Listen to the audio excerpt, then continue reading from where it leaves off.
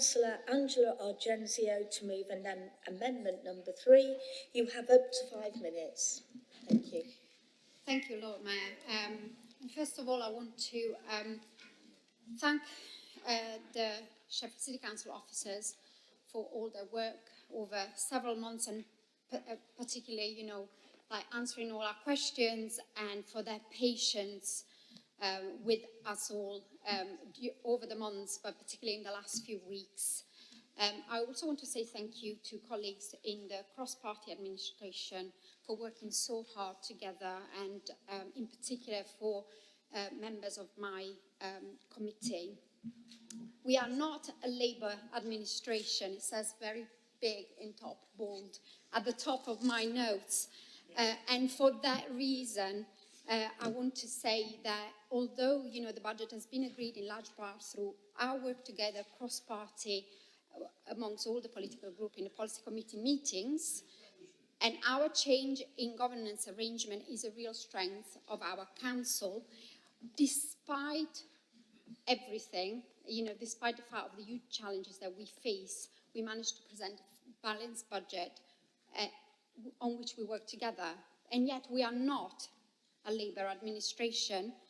And I want to say that very clearly, because all is not rosy. Austerity remains. We still have 22 less spending power than we had in 2010. Decision made at government level impact on ordinary citizens in our city, because we are still having to make difficult choices.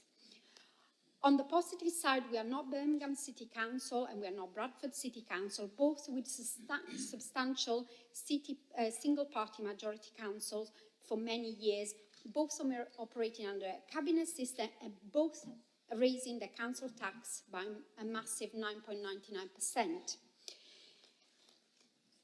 As you can imagine, I am very concerned about our biggest challenge, that is the growth in demand in social services, both adults and children. The rising cost of delivering them, and no prospect for reform from central government on adult social care for 3 years. The crisis in adult social care is now, and with the rise in employer national insurance costs, the crisis has been made much worse. I have been bombarded with emails from providers.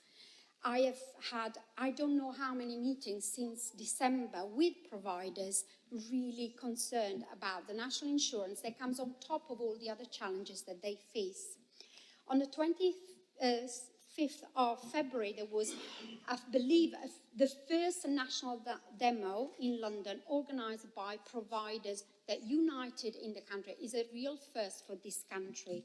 The National Care Provider Alliance have talked about the devastating impact the employer national insurance starts will have on the services, the very services that the independent sector provide in partnership with us, Sheffield City Council. They are saying that 64% will need to let staff go, 86% will not be increasing wages for other staff, 64% will be stepping back from paying the real living wage, 22% planning to close down their business, 36% planning to close some of their services, and I could carry on.